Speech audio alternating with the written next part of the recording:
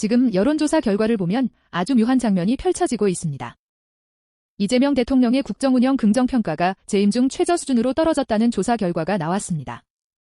그런데 더 놀라운 건 따로 있습니다. 대통령에 대한 부정평가가 올라가고 있는데도 국민의힘 지지율 역시 같이 떨어지고 있다는 겁니다.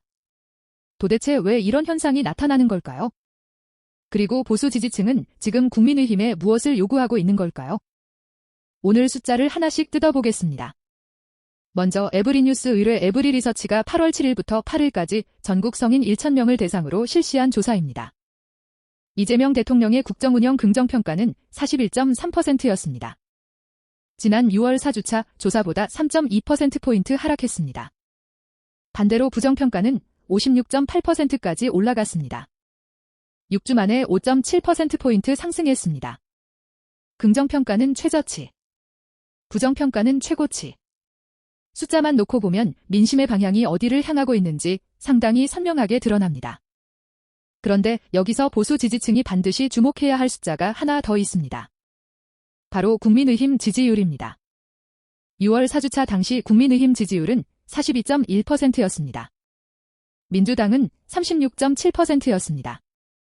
당시만 해도 국민의힘이 민주당보다 5.4%포인트 앞섰습니다. 그런데 7월 2주차가 되자 민주당 37.0%, 국민의힘 35.0%, 민주당이 다시 앞서기 시작했습니다. 그리고 이번 8월 2주차 조사에서는 상황이 더욱 벌어졌습니다. 민주당 41.9%, 국민의힘 27.4%, 무려 14.5%포인트 차이입니다. 불과 몇 주 사이 국민의힘 지지율이 35.0%에서 27.4%로 7.6%포인트나 빠졌습니다. 이건 단순한 숫자 하나의 문제가 아닙니다. 보수층 입장에서는 상당히 뼈아픈 결과입니다. 왜냐하면 국민의힘이 민주당을 이길 수 있는 상황에서도 스스로 그 기회를 놓치고 있다는 해석이 가능하기 때문입니다. 더구나 이번 조사에서 부동산 세제 개편에 대한 민심을 보면 더욱 흥미로운 결과가 나옵니다. 정부의 부동산 세제 개편을 놓고 야당 측의 세금 폭탄 정책이라는 비판에 공감한다는 응답이 48.3%였습니다. 반면 여당 측의 조세 정상화라는 주장에 공감한다는 응답은 44.9%였습니다. 전체 응답자 기준으로 보면 세금 폭탄이라는 비판이 3.4%포인트 앞섰습니다. 그런데 국민의힘 지지층만 놓고 보면 차이는 더욱 커집니다. 국민의힘 지지층의 79.8%가 세금 폭탄이라는 비판에 공감했습니다. 반면 조세 정상화에 공감한 국민의힘 지지층은 15.2%에 그쳤습니다. 이 숫자를 보면 보수 지지층이 무엇을 불편해하는지 어느 정도 읽을 수 있습니다. 세금을 더 내게 만드는 정책에 대한 거부감, 부동산을 가진 사람들에게 더 강한 부담을 지우는 정책에 대한 불안, 그리고 무엇보다 내 집을 가진 국민을 죄인 취급하지 말라는 정서가 깔려 있는 겁니다. 그런데 여기서 국민의힘은 제대로 목소리를 내고 있느냐? 보수 지지층이 답답함을 느끼는 지점이 바로 여기에 있습니다. 대통령 국정 운영에 대한 부정평가는 56.8%까지 올라갔습니다. 그런데 국민의힘 지지율도 같이 떨어졌습니다. 이게 정말 아이러니한 상황입니다. 정부에 대한 불만이 커졌다면 제1야당 지지율이 올라가는 것이 일반적으로 기대되는 그림입니다. 그런데 이번 조사에서는 반대 현상이 나타났습니다. 정부에 대한 부정평가는 높아졌는데 야당도 함께 힘을 잃고 있습니다. 그렇다면 국민의힘은 국민들에게 선택받을 준비가 되어 있느냐는 질문을 던져야 합니다. 정부가 잘못하고 있습니다. 이 말만 반복해서는 부족합니다. 국민들이 듣고 싶은 건 그래서 우리는 무엇을 하겠다는 것인지입니다. 집값이 걱정되면 어떻게 하겠다는 것인지, 세금이 부담되면 어떻게 낮추겠다는 것인지, 자영업자가 힘들면 어떤 정책을 내놓겠다는 것인지, 청년들이 결혼과 출산을 포기하고 있다면 어떤 해법을 내놓겠다는 것인지, 그리고 무엇보다 보수층에게는 이런 질문이 남습니다. 우리가 국민의힘을 지지해야 할 이유가 무엇입니까? 이 질문에 제대로 답하지 못한다면 정부에 대한 불만이 아무리 커져도 그 반사이익을 국민의힘이 가져간다는 보장은 없습니다. 실제로 또 다른 조사에서도 비슷한 흐름이 나타났습니다. 뉴시스 의뢰 에이스 리서치가 8월 9일부터 10일까지 전국 1,018명을 대상으로 조사한 결과입니다. 이재명 대통령의 국정운영 긍정평가는 44.3%였습니다. 지난 3월 1주차 조사와 비교하면 무려 14.3%포인트 하락했습니다. 반면 부정평가는 51.5%로 과반을 기록했습니다. 대통령 국정 운영에 대한 부정적 평가가 절반을 넘어선 겁니다. 그런데 이 조사에서도 국민의힘 지지율은 24.9%였습니다. 민주당은 45.4%였습니다. 무려 20.5%포인트 차이입니다. 여기서 보수 지지층이 정말 냉정하게 생각해봐야 합니다. 대통령 지지율이 떨어지는 것과 국민의힘 지지율이 오르는 것은 전혀 다른 문제입니다. 정부가 흔들린다고 야당이 자동으로 강해지는 시대가 아니라는 겁니다. 국민들은 이제 단순히 반대하는 정당을 원하는 게 아닙니다. 대안을 내놓는 정당을 원합니다. 그리고 보수 지지층은 더 이상 무조건적인 지지를 보내지 않을 가능성이 높습니다. 잘하면 지지하고, 못하면 비판하고, 필요하면 표로 심판하겠다는 겁니다. 이게 민주주의에서 가장 무서운 민심입니다. 특히 이번 조사에서 국민의힘 지지층의 79.8%가 부동산 세제 개편을 세금 폭탄이라고 평가했다는 점은 국민의힘이 가볍게 넘겨서는 안 됩니다. 보수 지지층이 원하는 것은 거창한 구호가 아닐 수도 있습니다.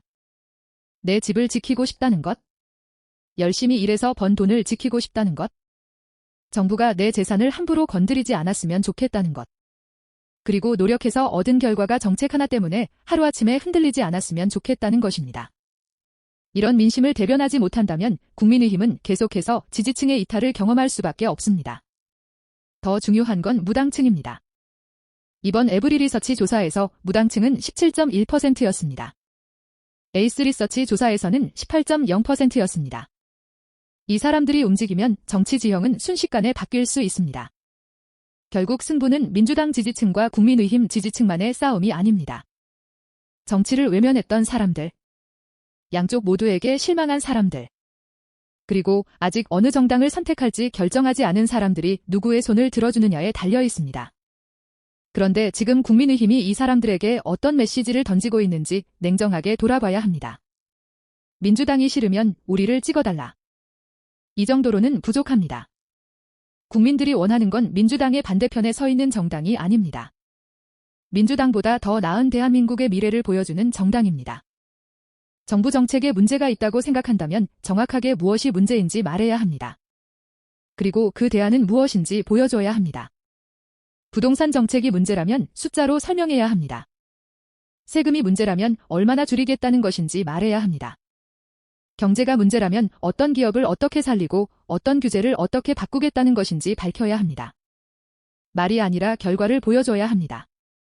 보수 지지층 입장에서 이번 여론조사가 주는 메시지는 굉장히 간단합니다. 정부에 실망했다고 해서 국민의힘을 무조건 지지하지는 않겠다. 바로 이것입니다. 오히려 지금 국민의힘이 긴장해야 할 이유가 여기에 있습니다. 정부에 대한 부정평가가 올라가는데도 자신들의 지지율이 같이 떨어지고 있다면 국민들이 국민의힘에도 실망하고 있다는 뜻일 수 있기 때문입니다. 그러니까 국민의힘은 이제 선택해야 합니다.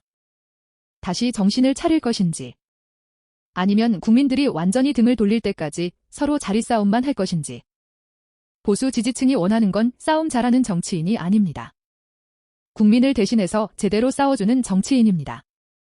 말만 세게 하는 사람이 아니라 실제로 국민의 세금과 재산과 일자리를 지켜주는 정치인입니다. 그리고 국민의힘이 정말 다시 일어서고 싶다면 가장 먼저 해야 할 일도 분명합니다. 국민에게 표를 달라고 하기 전에 국민이 왜 자신들을 믿어야 하는지부터 증명해야 합니다. 이번 숫자는 단순한 여론조사 결과가 아닙니다.